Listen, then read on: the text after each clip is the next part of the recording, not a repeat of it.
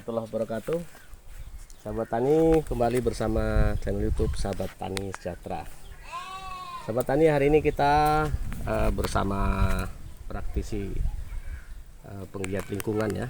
Di sini kita ditemani oleh Mas Joko Sonario dari Yayasan Repala Indonesia, kemudian Mas Andre Fedianto dari Sahabat Tani Sejahtera. Jadi video kita hari ini menceritakan tentang hama yang dulunya sebetulnya adalah hewan yang dipelihara sebagai pencuci akuarium yang sering disebut dengan ikan sapu kaca.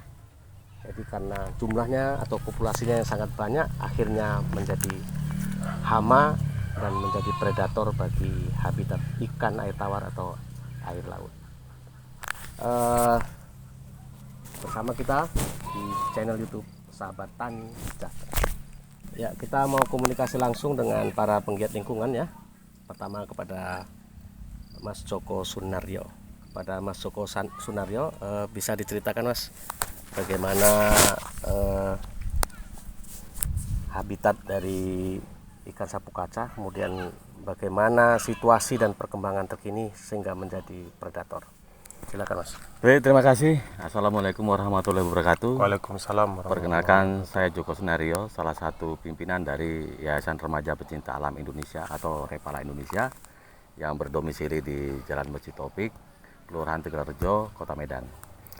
Bapak Ibu sekalian, saat ini kita sedang mengalami fenomena ya, terjadi kerusakan lingkungan yang salah satunya disebabkan oleh ikan sapu kaca.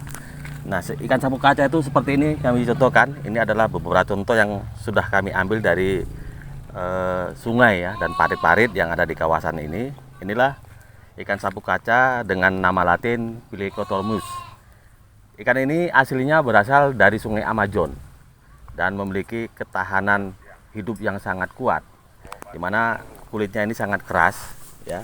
Dan ini awalnya dibawa ke Indonesia khususnya sebagai ikan hias untuk mencuci kotoran-kotoran atau lumut yang ada di akuarium.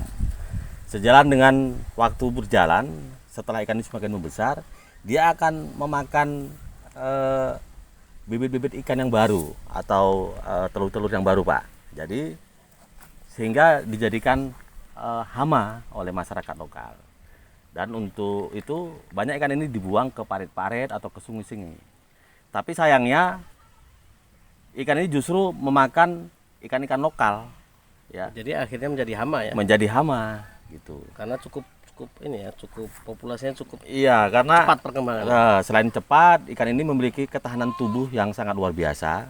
Apalagi di sungai-sungai yang kotor ya, ikan ini bisa memakan kotoran-kotoran limbah dan sebagainya. Nah, seperti inilah.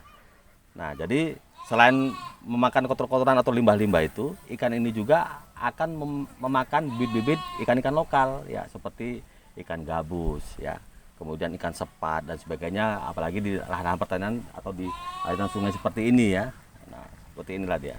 Jadi Mas, kira-kira ini menurut selama inilah pengalaman Mas di lapangan tentang ikan sapu kaca ini, kira-kira daur hidupnya itu bisa berapa tahun nih kira-kira?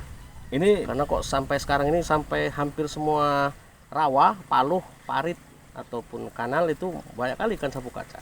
Nah, ini punya daya tahan hidup yang sangat lama ya, bisa tahunan, bisa sekitar 8 tahunan ya. Karena ikan ini misalnya di parit seperti ini, dia akan membuat gerongan atau lubang untuk bertahan hidup. Itulah untuk menyimpan telur-telurnya. Nah, gitu seperti ya. itu. Nah, kalau jadi kanal-kanal di kota-kota itu akan membuat lubang-lubang. Nah, itulah yang akan terjadi abrasi-abrasi baru lagi yang akan memperlebar garis sungai yang sudah dibentuk. Nah, kita bisa lihat kan, ikan ini mampu bertahan hidup walaupun kondisi yang tidak baik ya. iya. Nah, kemudian ini ya ikan ini sekarang menjadi hama di mana-mana. Ya, selain ikan ini seperti ini bisa juga ya. Kita lihatlah nih ada patilnya ya, dan ikan-ikan predator misalnya Ini kalau yang ini ukuran besar atau ukuran sedang atau ini sedang masih kecil ya, sedang nih? ya. Biasanya panjangnya sampai berapa ini Mas? Ya kalau panjang ini dia bisa sekitar 60-70 cm. Nah kalau dia anakan seperti inilah dia mesti anaknya itu. Gitu ya. Nah Jadi posisinya Mas, ini yang membuat tidak dikonsumsi oleh masyarakat itu apa yang membuat masyarakat enggan untuk mengkonsumsinya? ya pihak-pihak terkait, pemerintah maupun pelaku-pelaku kesehatan, selain ikan ini keras, ya ikan ini kan banyak mengkonsumsi limbah-limbah beracun. Jadi yang kita takutkan kandungan tubuh atau gizinya itu juga akan terimplikasi dengan racun-racun yang dimakannya. Termasuk kondisi parit yang seperti ini ya. Iya, pari-pari Kondisi seperti ini. pari-pari seperti ini suka yang sekali kotor. sih ya. Iya, seperti itu. Nah, seperti di pari-pari ini kan dia bisa mengerong atau membuat lubang-lubang baru kan akan semakin besar dia. Oh gitu ya. Lebaran sungai. Padahal tadi. kalau ikan lain kondisi seperti ini nggak suka ya, paling ikan lele ya. Iya. Nah, Tapi gitu pun ikan lele dimakan juga. ya dimakan sama ikan sapu kaca ini. Seperti itu. Nah, memang disayangkan ada juga pihak-pihak yang memanfaatkan ikan sapu kaca ini itulah untuk bahan baku buat bakso misalnya seperti itu. Karena selain harganya murah, ikan seperti ini kan gampang dibandingkan dengan menggunakan bahan baku daging ayam atau daging sapi. Seperti itu, Pak. Oke, sementara gitu dulu Mas.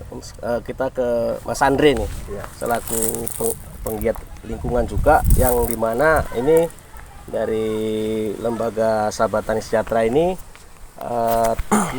membuat pemberdayaan kepada anak-anak sekolah ya, dimana ikan sapu kaca ini dibeli ya, yang tadinya tidak laku dibeli itu Rp8.000, kemudian dengan tujuan untuk mendapatkan uang jajan anak-anak ya. Terus ikan sapu kaca ini juga dalam tujuan mengurangi populasinya gitu ya di persawahan ataupun di parit-parit. Bisa dijelaskan Mas Andre? Oke, terima kasih. Terima kasih atas waktunya yang telah diberikan kepada saya. Nama saya Andre Fredianto SPD. Kami atau saya mewakili dari Jasa Desaku, penggiat lingkungan hidup yang ada di Desa Bulu Cina, Kecamatan Hambaran Perak, Kabupaten Deli Serdang, untuk mengurangi daripada populasi ikan sapu kaca ini, karena seperti yang sudah diutarakan oleh moderator ataupun rekan saya dari Repala Pak Joko, ini termasuk hama yang sangat besar populasinya, perkembangannya, dan ketahanan hidupnya juga cukup lama.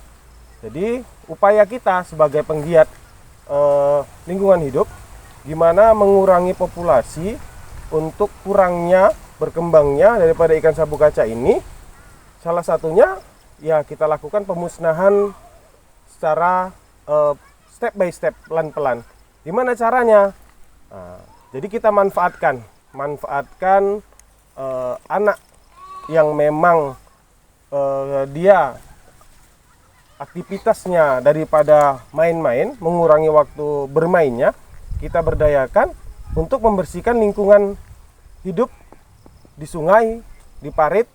Gimana dengan caranya? Ya caranya kita berdayakan mereka, untuk mencari ya. Kita Tidak berbahaya suruh- nih, tidak berbahaya nih Mas. tidak ada bahayanya Ya, karena tidak mengandung racun ya. tidak. Kalau tidak dikonsumsi, maka tidak ada terkontaminasi racun di dalamnya. Oh, gitu ya. Iya, benar. Jadi untuk duri-durinya itu nggak masalah sama anak. Durinya tidak masalah. Tidak seperti ikan lele atau ikan patin, ikan kating dan sebagainya. Begitu kecucuk dia langsung merasakan yang sakit luar biasa. Kalau ini dia tidak langsung mati dia, Pak. Oh gitu ya. Beda sama lele ya. Beda. Daya ketahanan hidupnya juga luar biasa. Kurang lebih yang setelah disampaikan 8 tahun, populasinya berkembang dengan sangat cepat sehingga penghuni daripada air-air tawar yang ada di sungai, rawa dan lain sebagainya itu sangat meresahkan bagi para petani perikanan. Iya, benar. Kemudian pun dikonsumsi tidak bisa, tidak ada manfaatnya buat kehidupan. Paling digunakan buat akuarium, cuman populasinya atau untuk pakan-pakan lain kira-kira ada Mas? untuk Pemanfaatan lain iya, kira-kira? biasanya seperti yang kita ketahui, ya kan, apabila ikan ini dimanfaatkan dengan cukup baik, misal di contohnya kita rebus, kita olah, itu bisa buat konsumsi bukan manusia, tapi bisa digunakan buat tambahan pakan ternak buat hewan. Oh, gitu Nah, Misalnya untuk bebek bisa. Bebek, Iya, pakan- tapi untuk proses. pakan lele mungkin Iya, ya? bisa.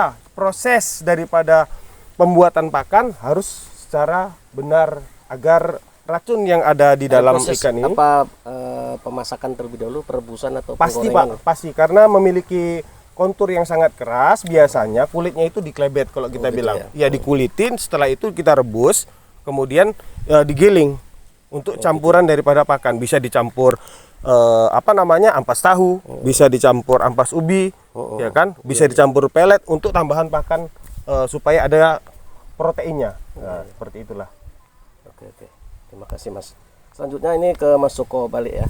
Nah, Mas, sejauh ini kita pernah mendengar dari Lembaga Repala juga pernah mengadakan pemberdayaan ya tentang ikan sapu kaca ini untuk pakan ternak ya.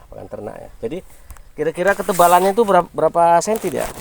Bisa diapakan Mas? Atau mungkin dicacah atau bagaimana coba Nah, kita posisinya? aplikasikan langsung Langsung untuk ya. gimana kekerasan tubuhnya, kemudian bagaimana tekstur dagingnya, biar kita bedah bagaimana sama Pak Joko Sunario. Oke sahabat tani, kita mau lihat langsung ini dari Lembaga Repala, diwakili oleh direkturnya langsung yaitu Mas Joko Sunario. Ini mau melihat bagaimana tekstur Mas ya, tekstur dari ikan sapu kaca, berapa ketebalannya kira-kira. Kita lihat di dalamnya seperti apa dia. Silakan Mas. Baik, Bapak Ibu sekalian, terima kasih. Ikan sapu kaca ini atau Plecostomus ini sangat keras ya.